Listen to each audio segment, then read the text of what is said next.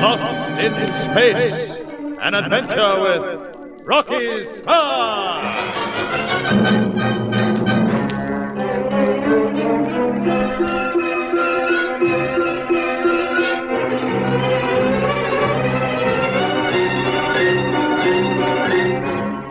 On the far planet of Astros, Paul and Ivan have been separated from Ilma. They believe they have fallen into the hands of a race of Amazonian women. Meanwhile, Rocky and Di search anxiously for Mitch amongst the cabins and tunnels of the triped people. Just as they're giving up hope, they come upon a large stone slab that looks like a door. The two space-suited figures blast it to pieces with their ray guns. Beyond, they find an amphitheater crowded with tripeds, and in the center on a stone slab, the still form of Mitch. It's Mitch, Di.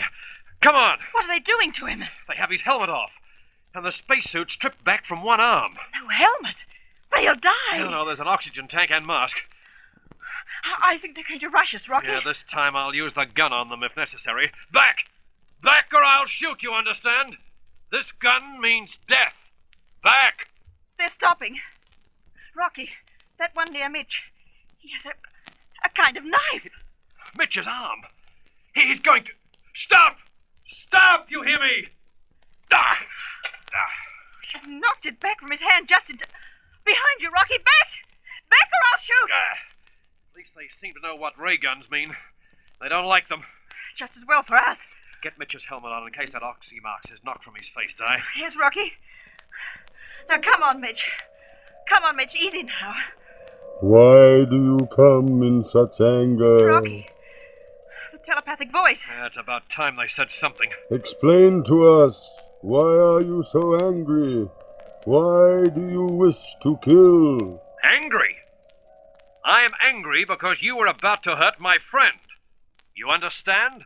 He is my friend, and you would have killed him. Not so. We meant him no harm. No harm? What about the knife? We saw it. Yes, this knife. This. What did you plan to do? Only to remove your friend's limb. The arm, as you call it. Only to... Rocky. I don't understand how they can say it so calmly. It makes me want to pull this trigger good and hard. Oh, if we had not found Mitch, they'd have killed him. You are still angry. Why is this? You say you were going to maim my friend, and yet you ask why. You would have killed him. No harm was intended. That's a nice excuse. How is Mitch, Di? Still out to it?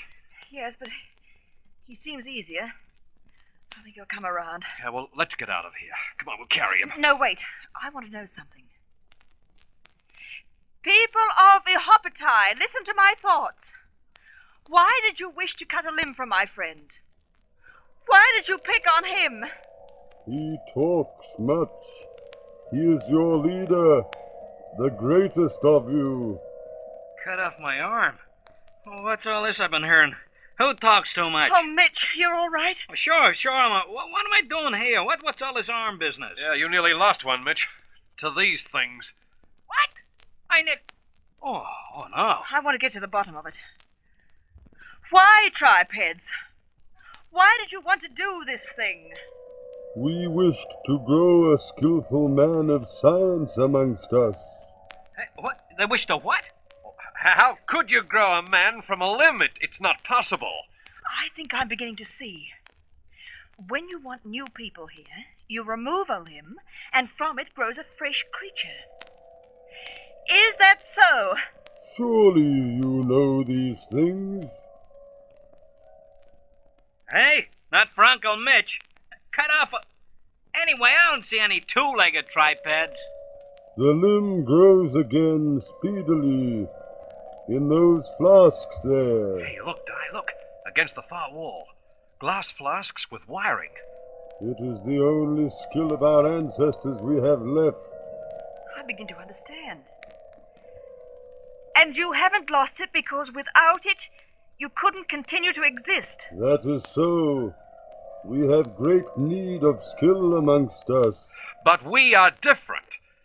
Remove a limb from us without special care, and we die. Well, we certainly do. Giggling grasshoppers, what pipes? They wanted to grow a bit of me like a pot plant or something. Thank heaven you arrived when you did, Rocky. We are sorry that we brought your friend into danger. We did not understand, but our need for skill is great. Di, Mitch looks pretty pale. We'd better get him back to the street. I'll organize one of their platforms to take you two back. I'll stay here for a while. Hey, but Rocky, you're not staying amongst these bloodthirsty jazzmatazzles? I don't think there's any cause for fear now, Mitch. Rocky, we can't be sure. Well, I'll risk that, Di. Besides, I want to get to the bottom of all this anxiety for skill by these things. I'll join you later.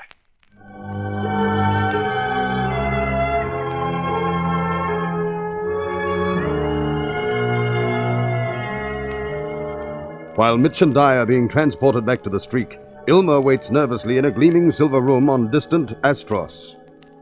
Again she goes to the entrance door, but it is a sheer drop to the street far below. She turns away, then stops. There is a low humming, and a small craft of silver-blue metal is hovering outside the door. As Ilma stares, a hatch door swings back, and out steps a tall Astrosian woman. She glides majestically into the apartment. Good morrow, visitor to Astros. I am Empira, the ruler. They told me that you'd come. A moment. The humming of that vehicle annoys me. Aragan. Your pardon. 'Twas a command that it be taken away. Now, you are from Earth, perhaps? Yes, how did you know that? On Astros we know many things. 'Tis an explorer of fame that you are, no doubt. Well, not really. You're modest. Navigate such a distance, and with but two work scullions as companions. But my companions, why have they been taken away? Odds blood, you would not have it otherwise. But I would. Oh, they're my friends, don't you understand? 'Tis the result of so long a journey, no doubt. Your stay here will be of advantage. You will regain your command. Oh, I don't understand.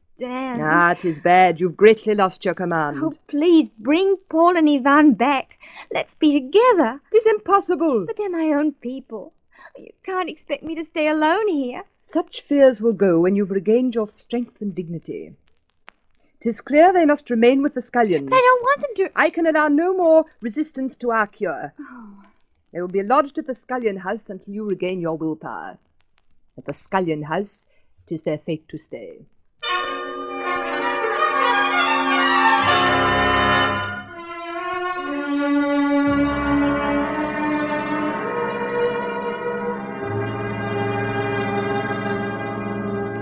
Well, we've stopped, Ivan. Wonder what this place is. It has walls like black glass. They're opening a door. Come forth, scullions. Mighty Ike! A woman the size of a house. We had better do as we are told. Looks like she thinks we're too slow. They certainly treat us like prisoners. Come, follow. I will make a test. I would like to walk around a little. Come, Paul. Not so. You come, Sarah. Hey, she's whistling up some pals. Make a run for it. Down here. Hey, oh, too late. Oh, all right. Quit the strong arm stuff. We will come quietly. 'Tis well. Bring them. They're taking us to a black glass building. We picked a bad spot when we landed in this place.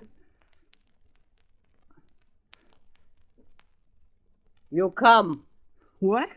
Aren't you all coming too? Scullions only here. 'Tis the rule. Come on, Paul. Wonder if Ilma's getting this sort of treatment. Why are we separated like this? Scullions do not belong with the almighty fair. Wardress, one moment before you shut the door. What do you wish? How do you know our language? Where did you learn it? It comes from the machine that makes shadows move and speak, and the book of many words. Machine? Books? Say, where did you get this stuff? 'Twas left us by a ship of yours many generations ago. You mean generations, I think. Gadzooks, you speak too much for scullions. I go hence. Well, what do you make of that? Another ship. The Pegasus. The lost ship we found in space. She must have been here. Yes, can't you see it, Paul? The machine, a film projector. They left these people films and books. So they learned English. Here, that must have been it. Hey, but what English? Where do they get all this gadzooks and stuff? They must have seen a period film at the time of the ancient cavaliers or pirates or such. I suppose the poor devils from the Pegasus had to use the films as barter to get away from these Gorgons. A nice outlook for us. Paul, look. The glass wall, it is black from the outside, but transparent from within. How you can work up such interest in things when we're in a spot like this, I don't know. Scullions. All we're going to do is be kicked around, and you talk about walls. Sorry, perhaps we can barter something to get away from here. Some hopes. All they need to do is go to the Taurus and help themselves. Do you think Elmer might be able to help us? You heard what the wardress said. Scullions do not belong. Oh, yeah. Some hope if they take that line with Ilma. Well, then what do we do? We must get out of here, that I know. The wardress has some kind of pistol in her belt. We must get it from her. We must overpower her. What, that blonde Hercules? She can smash us with one hand. No matter, Paul. Somehow we must do it. Otherwise we may spend the rest of our lives here. There will be no rest of your lives if you try such things. Oh, yes, I've heard your talk. My ears are of great strength. Take warning, scullions. Attempt trickery, and you will pay.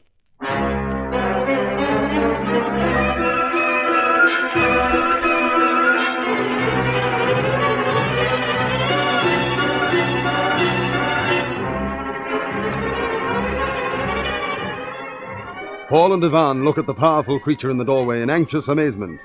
How can they possibly escape if plans are discovered so easily? Are they doomed to spend the rest of their lives working for the Amazons of Astros?